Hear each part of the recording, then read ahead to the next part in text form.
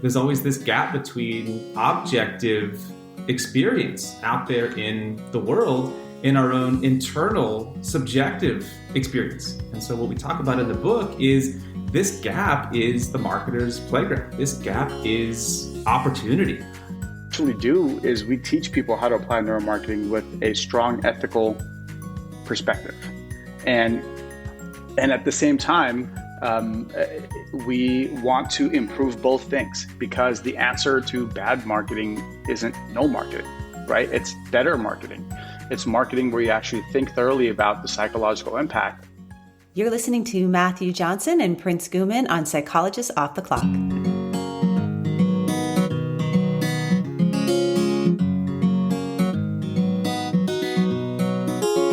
We are four clinical psychologists here to bring you cutting-edge and science-based ideas from psychology to help you flourish in your relationships, work, and health. I'm Dr. Debbie Sorensen, practicing in Mile High, Denver, Colorado, and co-author of Act Daily Journal. I'm Dr. Diana Hill, co-author with Debbie on Act Daily Journal and practicing in Seaside, Santa Barbara, California.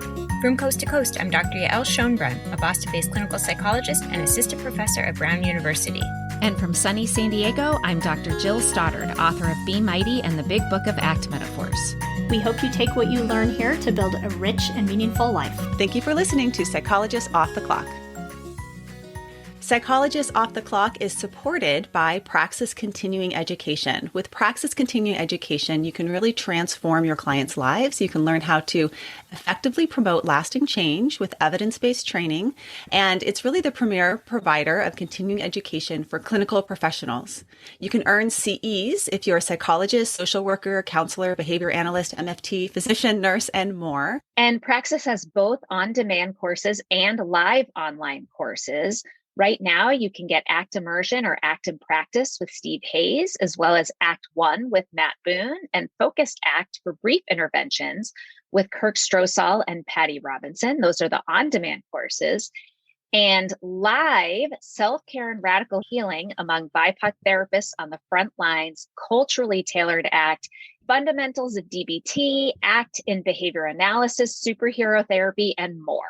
So go to our website, offtheclockpsych.com, and you'll get a coupon code for the live courses there. Check us out at offtheclockpsych.com. This is Diana, and I'm here with Jill to talk about the neuroscience of marketing. And we were just chatting that we had to brush off a few cobwebs of Psych 1 terms and memory and encoding for this one, but I found it a great interview. What was your experience with listening to this episode, Jill?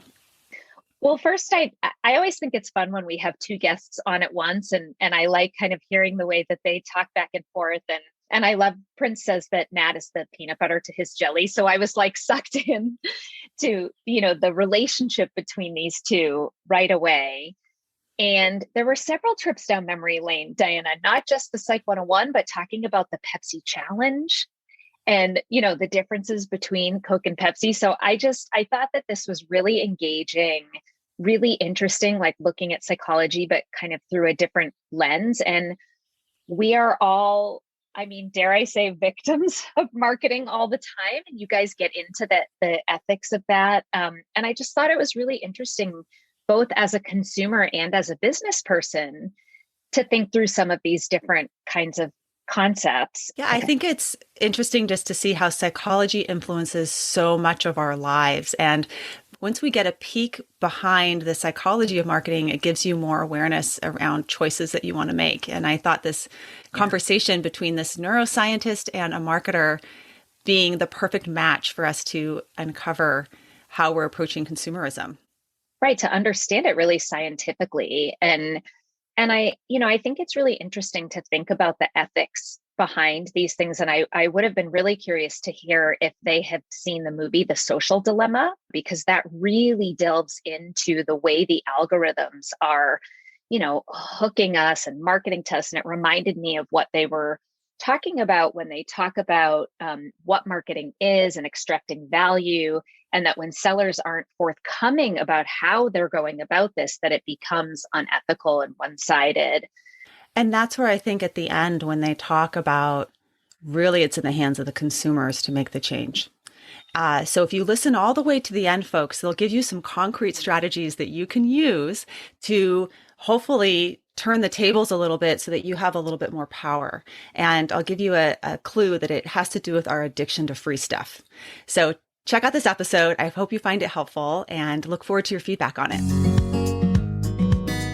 Today on the show, we have Matt Johnson and Prince Ghuman, who are the co-authors of Blindsight. And I'm super excited to share their work with you because I actually am coming at this book with sort of two parts of me. And I imagine our listeners have different parts of themselves that made them want to listen to this episode.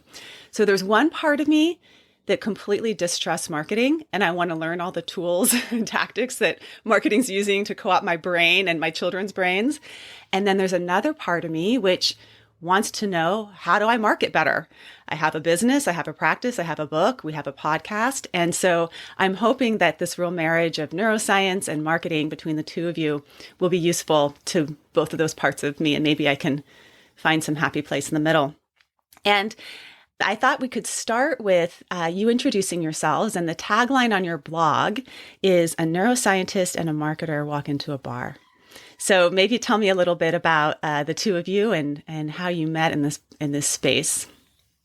Yeah, so the neuroscientist and a marketer walk into a bar, that is literally true as a part of our sort of origin story. So Prince and I, we go back actually to undergraduate together. So after we graduated, we didn't see each other for a bit. So we went on very different paths. I went into the academic field. So I went into a PhD in cognitive neuroscience. I'm fundamentally driven by this curiosity. So why do we do the things we do? That I was in my PhD program, this is when we became sort of availed of neuroimaging technology. We could not just talk with people, not just devise experiments to try and reveal behavior, but also peer directly into the brain itself. So that was my mid-20s, spent my mid-20s in labs and libraries. Then, eventually went on and I met back up with my twin, who, I hadn't spoken to much, quite frankly, since undergraduate, and he'd gone on a totally different path, but one which, found some interesting parallels with, my neuroscience perspective. So you're the neuro side of the twin. And now I want to hear from the marketing side in the neuromarketing pair. So while Matt was working on his PhD, I decided to enter the job market when there were very few jobs available. And I'm sure you can guess what year this was. And I was fortunate enough to work at startups for the first half of my career as a marketing leader, as a marketing director. And what I did parallel to Matt was quite the opposite. At the same time, I read a ton of neuroscience and psychology abstracts, and I was able to read something over the weekend and go test it out on Tuesday and Wednesday. So over a decade of doing that, I had found my own niche to become a successful marketer by applying neuroscience and psychology. So, and then of course, I think roughly 12 years passed before our paths ended up in San Francisco, and we ended up teaching at the same business school. And we literally walked into a bar and talked about all the stuff we've been working on. And in many ways, Matt is the peanut butter to my jelly. He knows neuroscience much deeper, and yet he had been looking for, what can we do with this? It's all hiding behind academic journals, and here I was on the other side, cherry picking research to apply, and that's all I did. I was a tactician of neuroscience, and ultimately that was the origin story for the book. Like, well, this is something that we deeply felt people need to know.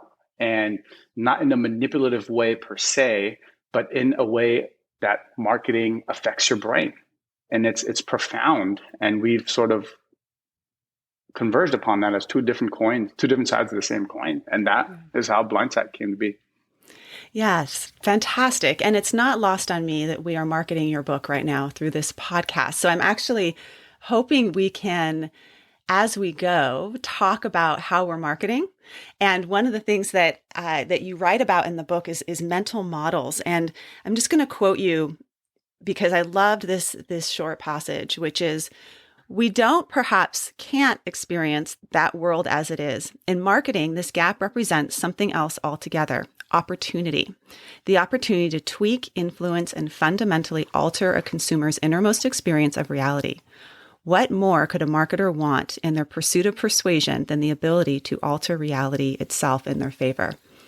Can you talk a little bit about how marketing is actually sort of shaping our mental models, and maybe even start with what a mental model is and then how marketing capitalizes on that? Yeah, it's a great place to start. So we wanted to start off the book with this topic of mental models to really illustrate how deep marketing goes and in ways that we don't typically realize. And this really cuts to the heart of the human condition, cuts to the heart of perception. So if you've studied perception long enough, you inevitably come to this conclusion that we don't experience reality directly. We experience our brain's mental model. So the world is this, incredibly complex place, and we don't take in every single piece of information from the senses. We take in a bit of information, and then our brain, along with several other influences, creates a model of that experience. And we never actually experience reality directly. We experience our brain's mental model. So we go and, sit down at a restaurant, you take a bite of chocolate cake. You're not actually merely experiencing the gustatory sensation happening at the level of tongue, which is being relayed to relevant areas of the brain to interpret that cascade of impulses. You're experiencing your brain's mental model of that experience. And so what this really indicates is there's always this gap. There's always this gap between objective experience out there in the world and our own internal subjective experience. And so what we talk about in the book is this gap is the marketer's playground. This gap is opportunity. This is one of the reasons why, and Prince will elaborate on this, this is one of the reasons why we owe an incredible debt to marketing. I mean, marketing is magic. It does fundamentally create our reality. So you will taste Coca-Cola very differently if you know it's Coca-Cola. And this is why Coca, as a brand, spends over $10 billion a year on advertising, is because the actual brand itself influences our perception. And these mental models go extremely deep. So you can look at this from the level of psychology in terms of what people actually report. You can take a neuroimaging approach as well. And you can look at sort of the deepest representations we have for raw hedonic pleasure, a region of the brain called the nucleus accumbens. If you're led to believe that you're drinking Coca-Cola instead of just a generic, bubbly, brown, sugary liquid, it's objectively the same exact liquid. And one, you're led to believe it's Coca-Cola. You actually do experience one more reports of pleasure, but you also experience more pleasure at the level of the brain, which is actually representing this raw experience. So it just really goes to show just how deep this relationship goes and how important this gap is to marketing. I loved the reference to the Coke Pepsi challenge because I'm a child of the 90s. I was a teen in the 90s, and I remember that. And I remember that Pepsi really showed up as tasting better, even though people preferred Coke. So what's happening there, Prince? I mean, how are marketing capitalizing on this gap? I mean, I love the Coke and Pepsi example because it illustrates the mental model, but it also talks about our sense of taste being the weakest sense and hence more susceptible to mental modeling. And like Matt said, marketer's playground is in between that objectivity and subjectivity. So when you're drinking Coca-Cola, you're not so much drinking Coca-Cola, you're drinking the color, the association with happiness that they've spent billions of dollars building over the years. And you're tasting the color, you're tasting the polar bears, you're tasting all of that. That is part of the mental modeling. And perhaps a better example of that is wine. Because again, and for the listeners, I was just talking to Anna about how I am a wannabe sommelier when I was studying for that, but you see just how deep that goes in the wine world, right? You aren't so much tasting a glass of cab, you're also tasting the environment, you're tasting the story behind that glass of cab, you're tasting the actual physical glass. And that is, again, a result of marketing. So if I were to serve you a glass in a red Solo paper cup, it would inherently affect your enjoyment of it. down at the level of the brain, and versus serving it to you in a Riedel glass, versus serving it to you in a Riedel glass and telling you the story of this bottle of Cab called Shannon. And it was made by a winemaker who had made great wine for many people. And he could not get his younger daughter, Shannon, to fall in love with a glass of Cab. So on the night of her wedding, he created this Cab that he was convinced was going to make her fall in love with Cabs. And it did. And that is what you're tasting. Boom. That is the power of marketing, if you may. And that story feeds into that mental model. And Coca-Cola is that scaled up to $10 billion a year in advertising and sinking happiness with Coca-Cola. And the other example is Corona and beach, right? Pre-COVID, Corona had associated themselves with the beach. And they did that. Again, we're all 90s kids in this conversation. And we remember when Corona actually launched the initial beach association, and they'd done it for so long that the ads over the years evolved from being on the beach to find your beach. And then there's people hiking and no longer on the beach. And because they've associated that feeling of a vacation with Corona, same thing. They're feeding into that mental model and at the same time differentiating, right? So Corona, of all the beer, the glut of beer brands that there are, Corona is immediately what you think of when offered a beer at a beach. And you're also alluding to this concept of memory and how we encode our memories, which as a psychologist, I'm super interested in. And it was fun to read your chapters on memory because it was a little bit of a trip down memory lane, no pun intended, in terms of my own, training in cognitive psych. And so I'm going to hold up your book cover here.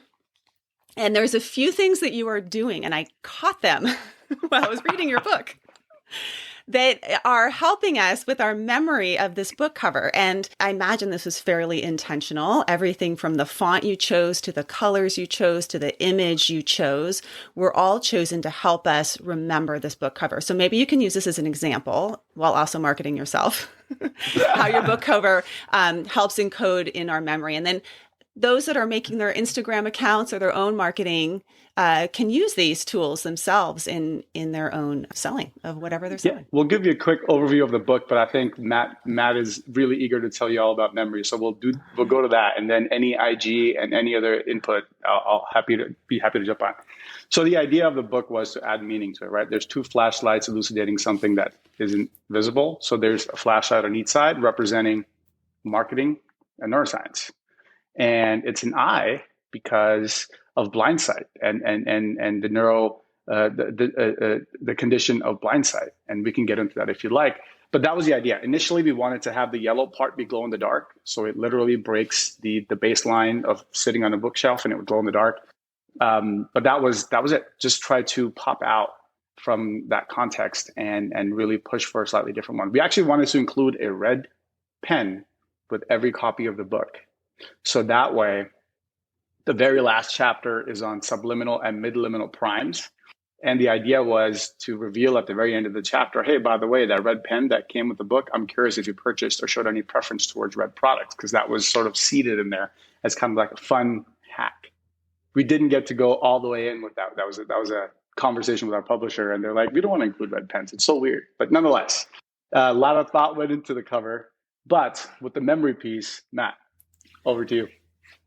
Yeah, so this is the one section in the book where we actually did dedicate 2 chapters. And actually, I feel like we could have easily included a third chapter just on memory, but then the book would have been, more about memory than it is about, our broad psychological experience. So memory is an absolute trip.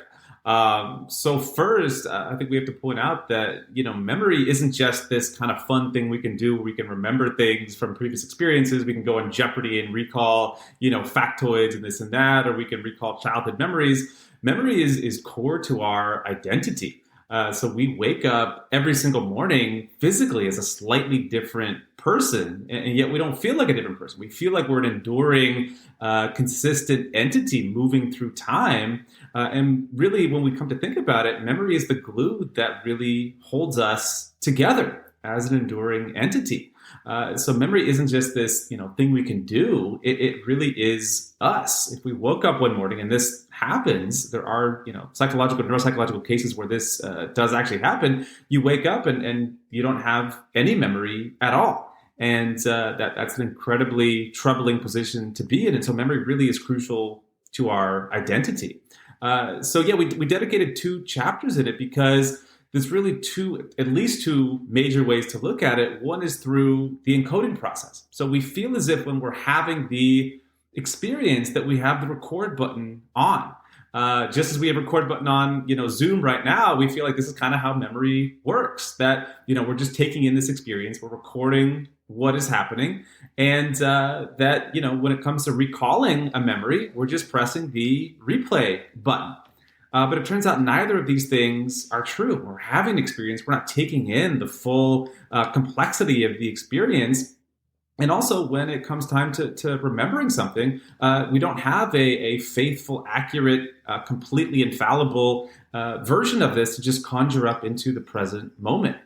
So when it comes to encoding, not all experiences are created equally. And that actually comes back to the book. So we did obviously want to pop out. That's one way of optimizing for memories, obviously to drive attention. So it's easier to recall an explicit memory, we'll say, if we're paying attention to it clearly. But also, if you create a little bit of disfluence, this is actually a way to galvanize the memory. And I can see, Prince, if you hear disfluency or any sort of friction, that's like, blasphemy for marketers, especially user experience. But actually introducing a little bit of disfluency is actually a great way to galvanize the memory process. If you look at the cover, we have our 2 flashlights pointing in, and then it's a white circle, and the gestalt sort of jumps out eventually as this is an eye. It's shaped like an eye, and we have yellow flashlight rays coming in. But actually, that's a little bit of a disfluent way of doing it. So in all humans, and this is actually just for humans, it's really interesting, the sclera in our eyes, so not the actual eyeball, is always white. And this is a very, very important feature of our human sociality. You're able to pick up on where somebody is looking just at first glance because there's such high contrast between where their eyes are and where the whites are. And so if we really wanted the eye to pop out, we would have had the white in this is getting sort of into nitty-gritty of the book. Now all the listeners have to definitely go check out the book so they know exactly what we're talking about. I'm looking at it again now and I'm like, wait, the sclera isn't white in this picture? No, it's not. It's not. And actually, I will say that little bit of friction, when I got your book in the mail, I had to do this little double take of it because it's both. My brain was like, are these flashlights shining on something or is this an eye? And it was kind of confusing. And I would say that kind of friction shows up all the time. If we were reading our news feed and all of a sudden there's a news article that's like mindfulness is bad for you, we'll click on it because we want to learn this contrast to everything else that's saying mindfulness is good for you, right? And so I could see how that friction both captures our attention and then motivates us to do a little bit of a deeper dive. And I so appreciate that because I'm looking at things in a different way from learning more about how memory is encoded. And also, I think this other part that you talk about, and I noticed, Prince, you using this technique because I listened to a podcast episode with you. And in the episode, you talked about your TED Talk. And you talked about how memory is better for the peak experience as well as the end experience, this peak end effect.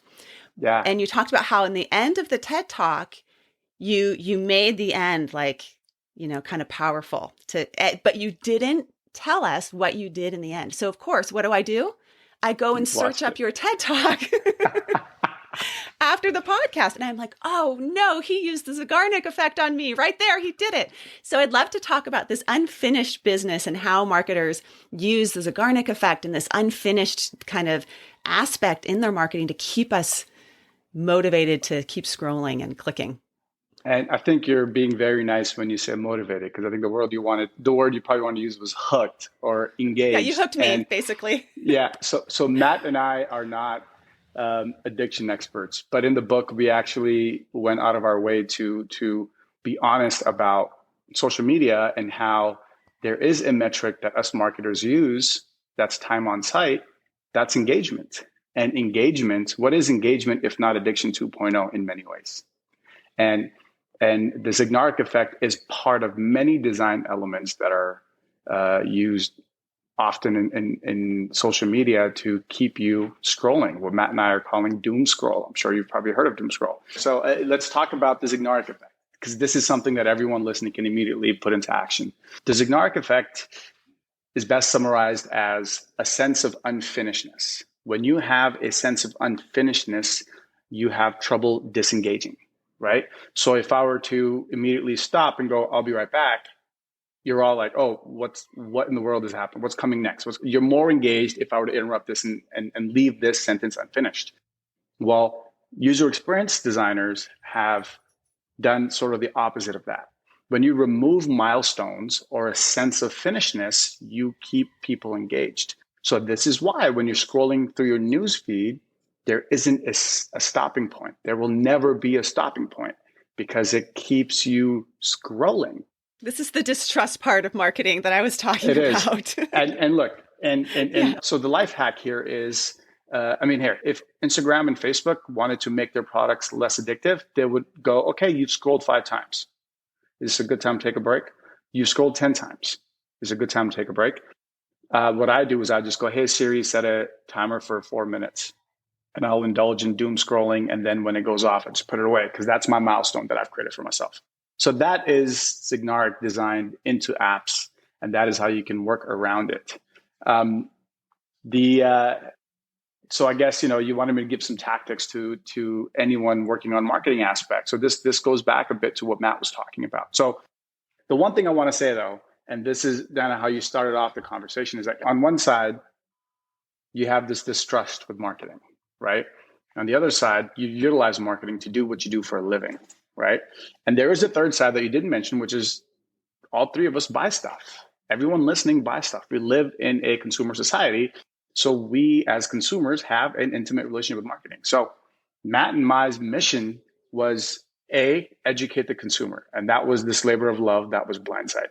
But you can't just address one side of it while we have the other side, the marketing side, the product side, that is using this stuff without thinking too much about ethics. So what we actually do is we teach people how to apply neuromarketing with a strong ethical perspective.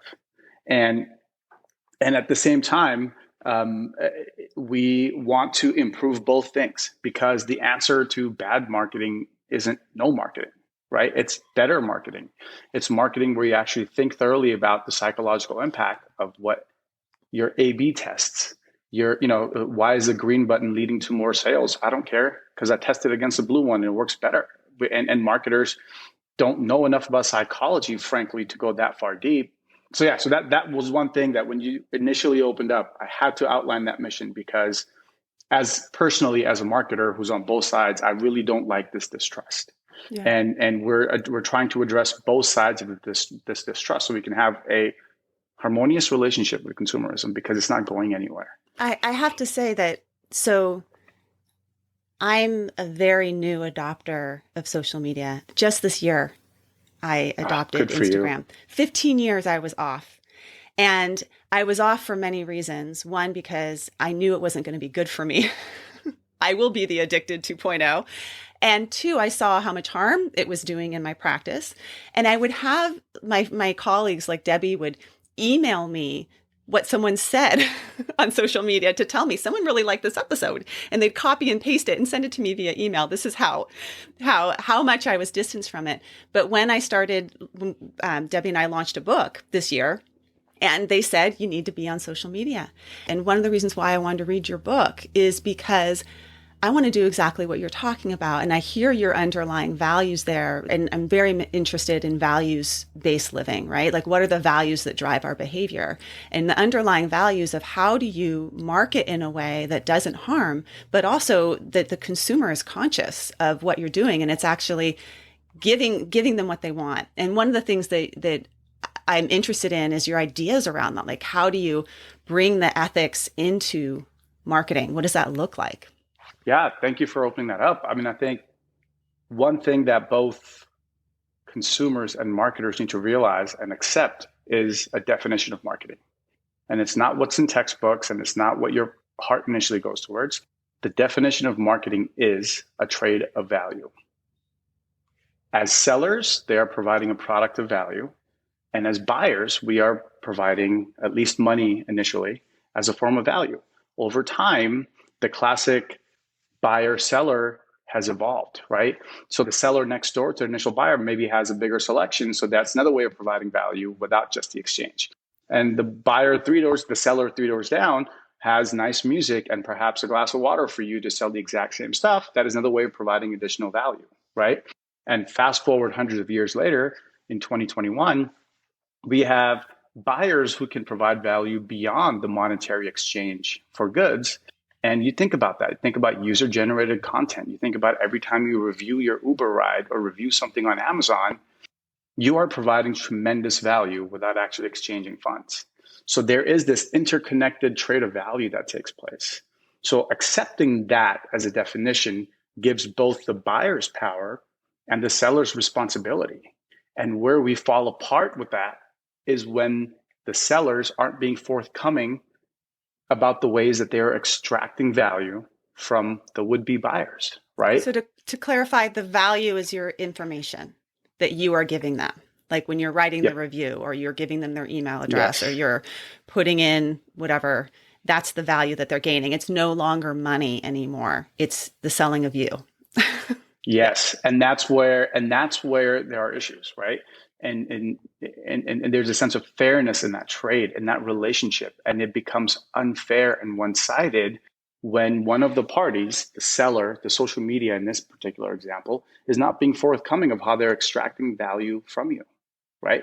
So anytime you see terms and conditions written in might as well be Latin and I need a JD just to understand it, that is 100% an unfair trade of value.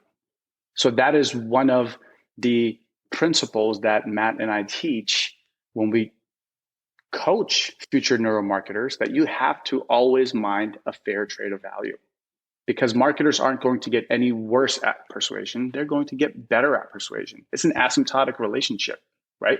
With data science thrown into it, marketers are getting more and more persuasive. And one of the things that we work on is, well, why is it that doctors have a Hippocratic oath and marketers don't? Right? Why is it that marketers can influence mental models and furthermore your perception of things, and yet we don't take an oath? So the trade of value is foundational as an understanding, and for both players, buyers and shoppers, to understand their role in it. And we didn't write this book to vilify marketers. We wrote this book so that consumers can understand what's happening in their own brain while they're purchasing, but also appreciate some of that when there is a fair trade of value, right? We live in a world that our needs and wants are a lot lower than the amount of options we have to satisfy those needs and wants. For every, you want a pair of running shoe, good luck trying to choose one, right? But ultimately, what brands have created is a belief system and a mental model that actually affects objectively how you perform in those shoes. And there's research that shows that, right? And I think that's where there's that harmony.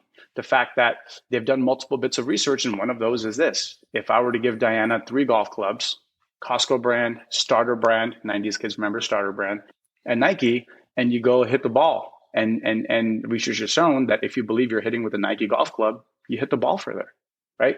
So that is a performance edge that I would argue is due to marketing. Yes. And to market, to me, you'd say, if I gave Diana three pairs of yoga pants, and one was Lululemon and one was Target, she'll do a better yoga pose in those. So we got to know our audience here. So knowing this, like marketing is they're sort of doing these, somewhat sneaky ways of capturing our information. And Prince, you talked about being fair trade, like fair trade chocolate. We need fair trade marketing, and we need to know what we're getting when. Can you talk a bit more, Matt, about sort of this neuroscience of how marketing makes brands likable? And when we're talking about brands now, we're not just talking about Coke. We're talking about branding people. I actually work a lot with executives. And I remember about 5 years ago, one of the CEOs that I was working with coming in, and she told me about how she was going through branding She's like, I'm getting branded. Personal branding. Yeah, I'm getting branded. Yeah. And I was a little bit appalled by the whole thing. And then 5 years later, here I am with my co-host looking through different pictures of coffee cups and watches and clocks and saying, which one fits which brand are we? Are we more the clock with the little old-fashioned things on top, or no, that one looks like a Swatch. That's not us. We're not Swatch. So not only are we're there's brands out there, but people are getting branded. And I would add, teenagers are seeing themselves as a brand because a lot of the way they're connecting is through social media. So what's happening there in the neuroscience of branding, and as you use that word, etching brands into our brain? Yeah, absolutely. I mean, it's such a big question. So first, you're definitely on firm ground, having an adverse reaction to this idea of I'm getting branded, and that's exactly where the term branded come from. It came from cattle branding. That you had this initial trade exchanges between farmers, people buying cattle, and you had to identify which one was yours, start to build trust, et cetera. And you literally branded your cattle. But to the bigger question of branding, I mean, it's fascinating. It really is. So the first thing I would say there is that brands are conventions. Brands are existing as a social construction. The brand is real, like money is real. It's symbolic for something. Does a logo have intrinsic meaning?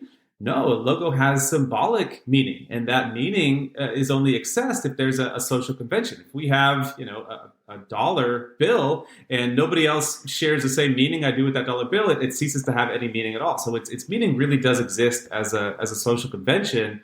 But that doesn't make it any less real. You referenced some of the neuroscience where you can actually look inside the brain and you can see that the brand is fundamentally a relationship that is built in our brain's temporal lobes, which is our general semantic network. Our brain is really the totality of the semantic and emotional associations we've come to understand about that brand. So we're talking about Coca-Cola. Coca-Cola has spent tens of billions of dollars making this association between Coke and happiness, and then a couple, tangential, relationships there, associations with, Christmas and polar bears and all things that sort of coalesce around this idea of happiness. And you can legitimately see the locus of the Coke brand inside our brain's left temporal lobes, where we're representing all of our brain's semantic information. It is pretty wild. And then to your second point about, really expanding this definition of branding. So what's interesting when we look at branding from the human perspective is we are fundamentally social creatures. Humans are social in their nature. And this goes beyond just, having a drive for community, just having a drive for belonging, but really it fundamentally shapes how we see the world. There's a very famous quote from cognitive psychology: all cognition is social cognition. This is absolutely true. It really shapes how we see the world. And so this is the model which we take with us, which we're seeing everything with. So people who've ever had like a old beat up car sort of know this too well. You name your car Susie or Lucy, or you kind of, if you're having trouble starting up your car in the morning, you sort of talk to her, coax her into the engine finally revving up, or if your computer's acting up, you sort of talk your computer into come on computer, come on. People name their boats, and this is the social lens we sort of see. This is the we anthropomorphize. We see non-human objects as having human qualities. And I mention that because that's exactly how we see brands. Brands aren't people. Brands are tools of a company. It's the outward-facing skin of a company. It's a tool of a company. But nonetheless, we see brands as people. So we think of Apple, trillion-dollar tech company. We see Apple as being a minimalist brand, and they're smart, and there's kind of a Steve Jobs kind of essence in there. We think about Nike, and Nike is this incredibly ambitious, godlike athletes, it's sort of personality. That we see brands as being personalities. We see brands through the same social lens as we see our fellow humans. And then when it comes to trying to harness this, really the same traits which we come to appreciate in our fellow humans, we also really appreciate in brands. So that was a longish diatribe that spans, cattle all the way up to, personal brands and talking about sort of social cognition. But I think this goes, really pretty deep that, brands come into our lives, they come out of our lives. We don't really think about it, but they do have a very strong emotional connection with us. And just like with people, there's a likability factor, right? So you're alluding to sort of liking, Nike. I think of Nike, I think fast, I think sporty, I think, and that if that's something that's of interest to me or of value to me, I'm going to be drawn to that versus the good old walking store shoes. And I think of like comfort, so I'm curious about likability and how marketing and neuromarketing capitalizes on the likability factor in things. What makes us like things more than other things? Yeah. So one thing I would say there, and then you can hop in, Prince. So first, from the standpoint of the brand, since we do see brands as we see people, the same things we appreciate in people, we appreciate in brands. And these are, pretty well understood now in social psychology that really we instantly and automatically understand somebody's intentionality. So we have these amazing, apparatus of sort of understanding somebody else's conscious experience. It's kind of a trip, but we can only ever experience our own consciousness. We assume that other people are conscious and they have internal subjective experiences just like we do, but we can't know for sure. But to bridge that gap, we have social cognition. We have this ability to model another person's conscious experience. And we do this so automatically and so intuitively that we don't even realize there's a process there. And one thing that we access very, very, very early on, we're talking milliseconds of an interaction, is we make assessments about that person's intentions. So are they, a good person? Do they have good intentions for me? Or do I need to kind of watch out for them? Should I be vigilant around them? We might be wrong, but we're going to form that judgment very, very quickly. And it's the same with brand. So above and beyond anything the brand does in terms of trying to endear us to this product or that product or this influencer or whatever, fundamentally we understand the brand's intentionality. Do they have good intentions towards me above and beyond any sort of, business transaction that may transpire? Are they invested in my well-being and my happiness? And when we look at really the most popular, most endearing, most tried and true brands, they rate very, very, very high in terms of the perceived intentionality. We're talking, the Johnson and Johnson of the world. Historically, I know they're in the news recently for other reasons, but historically, I mean, Johnson & Johnson is, one of the most, amazing, most beloved brands of all time. We're talking about Hershey's, talking about Nike, talking about Disney. These are brands that are story brands that people get tattooed on their bodies. Harley Davidson. These are brands that there is this really, really, really strong connection to, and a lot of it comes down to this perceived intentionality. And to go from intentionality to likability, the science there is also very well researched, and it comes down to the mere exposure effect. The more you're exposed to something, the more you interact with something, the more likely it is that you will have a preference towards it. So really, if you think about all of the advertising world, it is simply practicing a craft of mere exposure effect. And mere exposure effect has a couple cousins, the fluency heuristic and the availability heuristic, which as easy as it is for me to bring something top of mind, I'm going to like it more. And as easy as something is to become available at the top of my mind, not only do I like it more, but it feels truer. And that's kind of funny, right? And easier it is for me to bring up, it actually feels more probable. And this is something that not only fuels advertising, but it's our perception of not only what we like, but what our truth is and what is most probably taking place. And I think it's worth bringing this up now because in the last few years, I think we lost a sense of truth. We lost our barometer for what is true because here are the facts and here is fake news.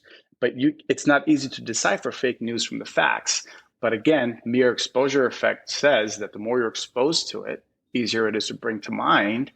And the more probable you think what this fake news stuff is, and it affects your sense of truth. And that's one of the things that, again, it's not so much about marketing as it is about how we digest information. And it's primarily through the Facebooks of the world. And the Facebooks of the world are not stewards of facts. Rather, they are stewards of content that keeps you going. And their algorithm isn't made to be a true algorithm. It's made to be an algorithm that optimizes for engagement. And what engages is either stuff that you like or you dislike. And that's what gets the comments, the shares, the likes, the forwards, and ultimately a toxic place to be on Facebook. But that's the mere exposure effect working against us and really eroding at our sense of truth. We've had a number of guests on the show that we've been inspired by and that are offering you, our listeners, discounts on their programs. If you go to our website, offtheclockpsych.com, you'll be able to find coupon codes for the programs of Dr. Judson Brewer, Dr. Rick Hansen, and Jen Lumenlin. So go check it out at offtheclockpsych.com and start learning today. I want to read another passage from your book because this is another one that stood out, especially for me as a psychologist, behavioral psychologist. You write, the longer you study human psychology, the more you inevitably come back to the same conclusion. We humans are pretty dim-witted. We're bad at most things most of the time. And then later on you write, then you turn to communication, and it's like a breath of fresh air. When you examine human communication, you can't help but be astounded by just how amazing humans are. So I'd love to talk a little bit about some concepts in the book, like around neurocoupling and the ways in which we're communicating through marketing, and maybe some of the positive ways as well that we communicate through marketing. Absolutely, yeah. So first, I'll give a hat tip to my PhD advisor, Adele Goldberg. So she's a linguist, and I studied with her. She's still is fantastic mentor, and she really opened my eyes to this opportunity, this perspective on linguistics, because really the history of psychology is a history of finding out really just how bad we are at most things. I mean, behavioral economics basically is a distillation of human irrationality. We're finding out more and more just how bad we are in just the many different ways. We're just opened up to the diversity of ways in which we're bad, and then you look at communication, and it is just truly astounding. You can see this from the standpoint of developmental psychology. So we don't come to the task of language learning with any particular linguistic knowledge, but nonetheless, each of us here was able to learn at least one language perfectly fine without even trying. Right? So nobody, when we were, 18 months old, 24 months, we didn't have flashcards, we didn't have Rosetta Stone, we didn't have, listening to foreign languages in our headsets. We learned this just from the ambient linguistic input that we're getting in our early experiences. And from that, we constructed a language. I mean, that's incredible. So, the first thing to mention really is that, human communication is nothing short of a miracle. So you have to hold this incredibly vast compendium of linguistic knowledge in mind. You have to retrieve words and syntactic structures in real time. All the while, you have to articulate with the fine musculature in your throat in a way that, talk about convention, we have conventional ways of using language in a way that somebody who has that same conventional understanding of what these sounds actually mean, access the meaning in their heads, which actually allowed me to communicate something about my internal subjective experience into your internal subjective experience. And this whole process takes place completely outside of our awareness. And unless we really pause to think about it, we don't really appreciate just how amazing this is. It worked so well that we kind of take it for granted. So really this concept of neurocoupling really helps to unlock this. This is some research that I had the opportunity of contributing to when I was a graduate student. And the research here really does indicate that fundamentally, communication is a physical process.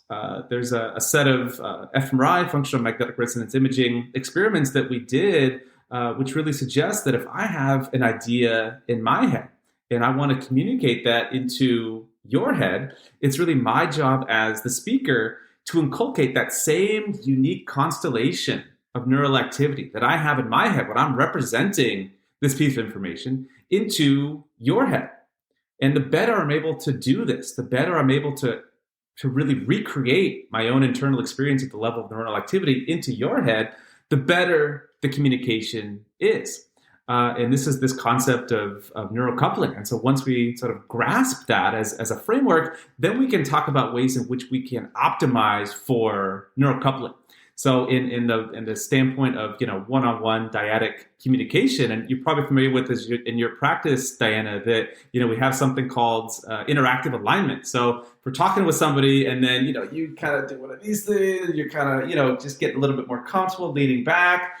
Studies have shown that, within the next 5 to 7 minutes, the person you're talking to is going to mirror that as well. They don't realize it, but you tend to just mirror the conversational features of the person you're talking to. This is the work of Simon Gerard and Martin Pickering at University of Edinburgh have shown that this is really a way of converging onto a shared linguistic medium, which allows for neurocoupling to take place. So in a one-on-one type of setting, we naturally do things to try and improve the success of communication. And then we turn to the business world, and we can still have neurocoupling as our basic foundation, but things just get much, much more complex. I mean, it's a miracle that, two people can communicate without too much, misunderstanding. Misunderstandings happen. But then you look at the business world, it's not one-to-one, it's 1 to thousands of people across different channels, different communities, Prince, you want to, kind of dive into that?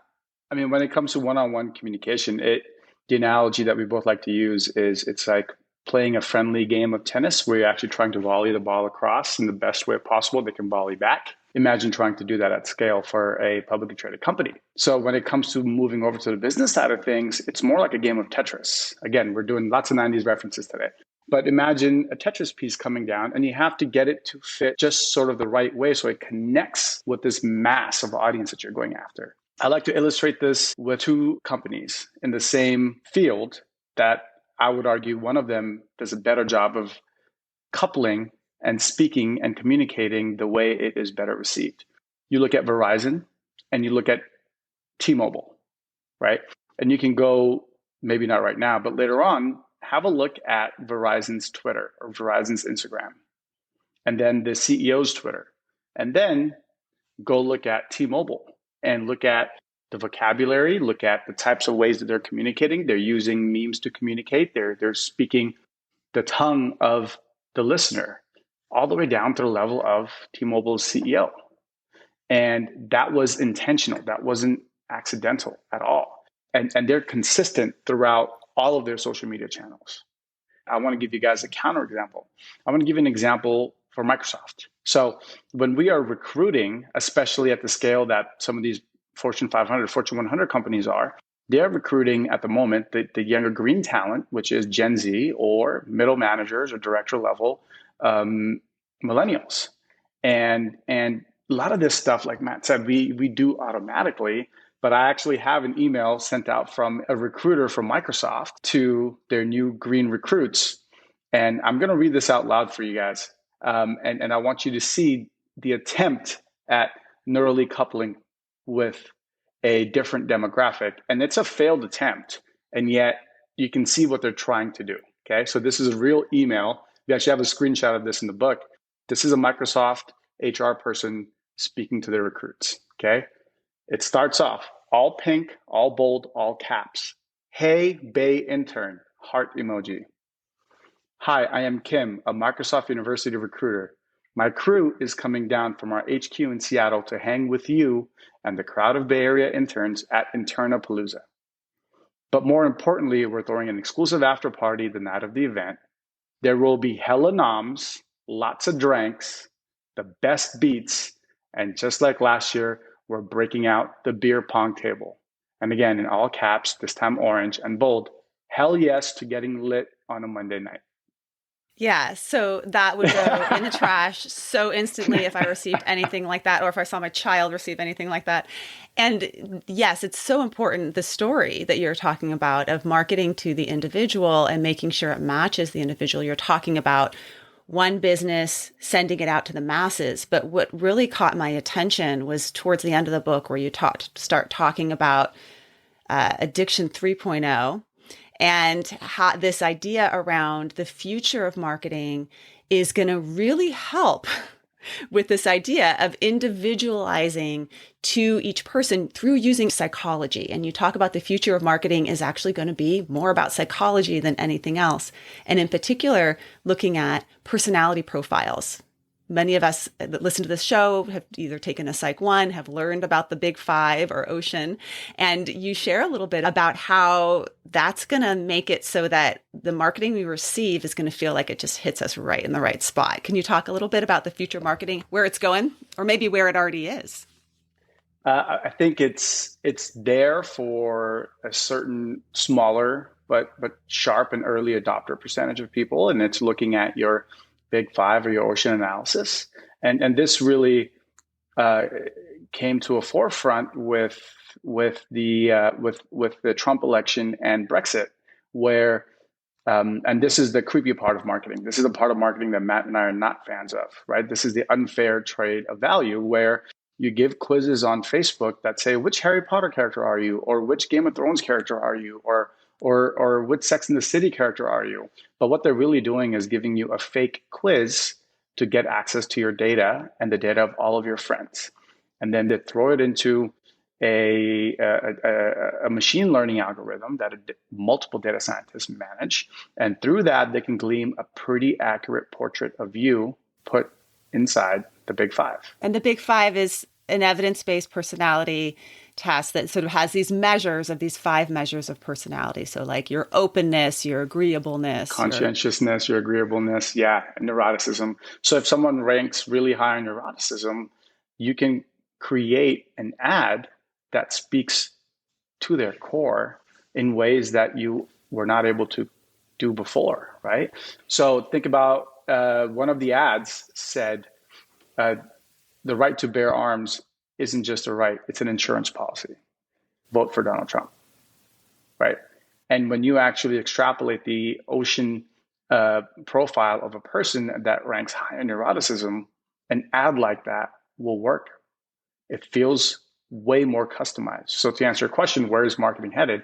It's headed towards a hyper-personalized place. And psychology is part of that. And there's good and bad sides to that, right? We use Zoom, whether we like sitting and staring at a screen instead of sitting in person, the user experience behind Zoom, the user experience behind our iPhones, the user experience behind whatever app you use to chop up this video and this audio, we owe a good amount of debt to cognitive science and the people in the marketing department and the product department that were able to create easier to use products. But the opposite side of that is using psychology for something like this. And in this case, at the moment, technically, there wasn't anything illegal that Cambridge did, which is creepy, right? You've got innovation, you've got consumers slowly catching up to innovation, and public policy is way down here, and you can't even see it on the screen right now, right? So I think that is part of the reason why there is this distrust. And that is the part where Matt and I want to fix, right? Because ultimately, the psychology and neuroscience piece is out of the box. It is still at the early adopter stage for companies, and it's going to take a long time for mid-sized companies to take advantage of it, right? But it is coming. So how can we, A, educate the consumer on this side, and B, educate the marketers for the psychological impact of what they're doing? Because not every marketer, and I would go as far as saying most marketers don't yet do that, don't yet know how to do that, let alone what happens when they do that. But we'll get there eventually. And I think educating both sides, and then public policy way down here eventually will catch up, is part of the answer as we go towards the future. I think you're doing a great job. You did a great job today of educating both sides and helping with those 2 parts of me that I brought up in the beginning, right? And learning about the third part as well as a consumer. And you do a great job in your blog, which is actually really fun to read. Thank you. Super science packed and this fun stories and examples. And I'm wondering as we close up here, what are some of the takeaways in terms of strategies? Maybe you could just talk about strategies that you use as consumers and as marketers to help with your digital well-being, I guess, is the term that you used in the book. All right. Yeah, I'll start first and then Prince hop in. So, yeah, I would say the first thing is, accept the fact that you are a consumer. We're all consumers. It's a fundamental, unless you are, living in the woods, somewhere doing your own thing.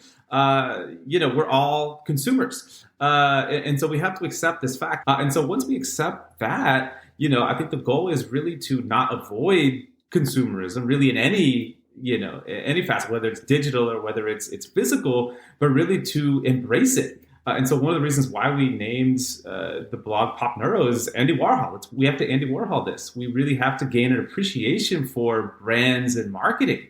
That doesn't mean we turn a blind eye to ethics piece, and that's super important. That's where I'm going next. But because consumerism is unavoidable, we should really be marketing connoisseurs. And one of the reasons why Prince and I are so passionate about bridging this trust gap is because when marketing is done right, and when they're truly invested in not just the sale, but the actual emotional experience, long-term relationship with consumers, it's magic, it's gorgeous, it's beautiful, it's amazing. And there's no reason why we can't enjoy it. So I think we should really aim to be connoisseurs of marketing. The second thing I would say is mindfulness. So we have there's this, general orientation towards, let's say, food, where if you have a mindful orientation towards food, you're really thinking about, where the food comes from. You're being appreciative of the circumstances that provided you this opportunity to eat this food. You don't take food for granted. You enjoy the morsels and you're being aware of, how the nutrients are being assimilated into your body as much as possible. I think really that's the attitude that we should take when it comes to, especially digital consumption. I think Diana, you're an exception here because you've been off social media for, God bless you, for 15 years. It's amazing.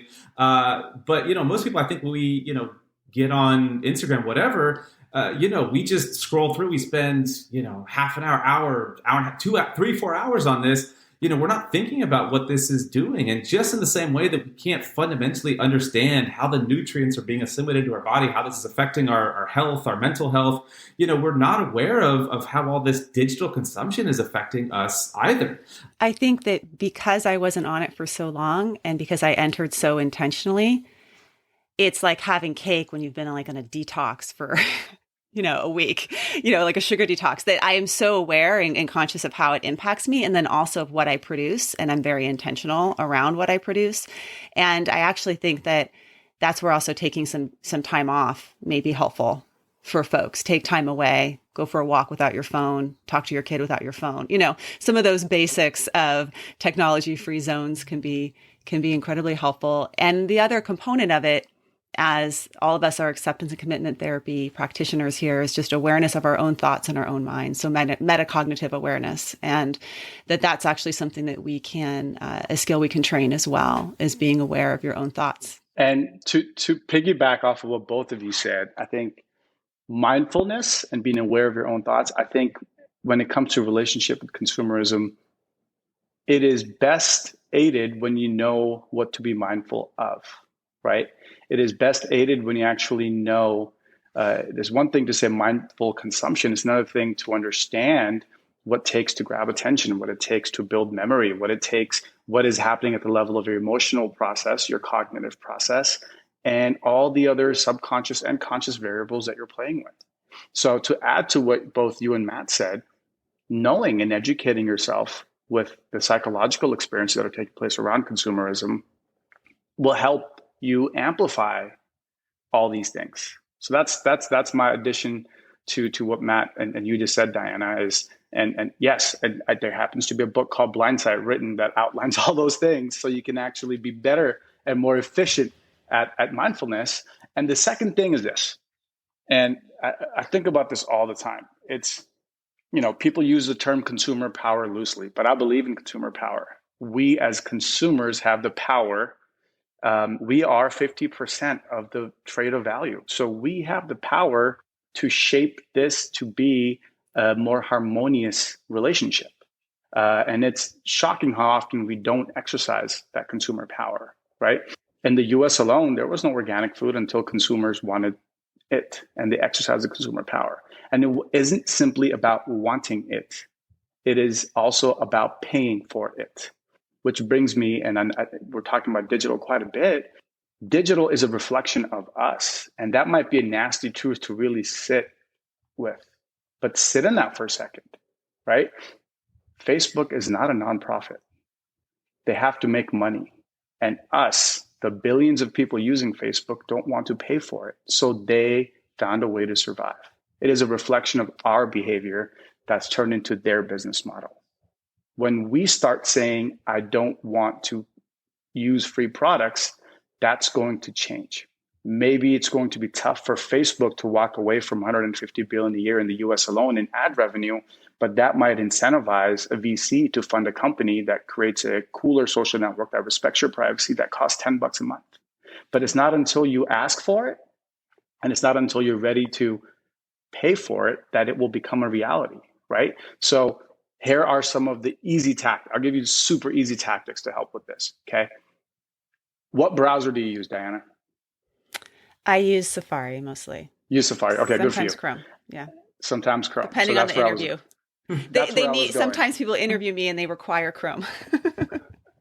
I know, yeah. It sucks, but that's a perfect example, right? We use the fastest browser, Chrome, and it's not that much faster than number 2, but it is owned by the biggest data company in the world, and we don't think twice. We love Chrome, right? So that's one example. Why are we using Chrome? There's plenty of privacy-based browsers that you can use. And I don't know, maybe donate something to Mozilla. And I promise I don't work for Mozilla. But that's a perfect example of a browser. There are other business models as this privacy conversation is slowly coming up. And the other one is Brave. Brave actually gives you the opportunity to monetize your own data. With Brave, you can opt out to be completely private, or you can opt in and make cryptocurrency on ads that people show you, right? Because ultimately, think about it. There is no royalty model. People are making billions and billions of dollars based on our data in aggregate, and we don't get a single penny out of it. So Brave's been able to do the privacy piece, but also, hey, let's see if this royalty model works. There are plenty of apps like that, right? We use WhatsApp. Outside of the US, WhatsApp is tremendously popular, way more than even us, how often we use WhatsApp. But WhatsApp is yet another addiction to free. We're addicted to social media. We're addicted to free. So the biggest takeaway is think about what things you are addicted to that are free, and how can you address that? How can you find alternate products to WhatsApp? And there's Telegram and there's Signal. Matt and I use Signal, and we don't use WhatsApp.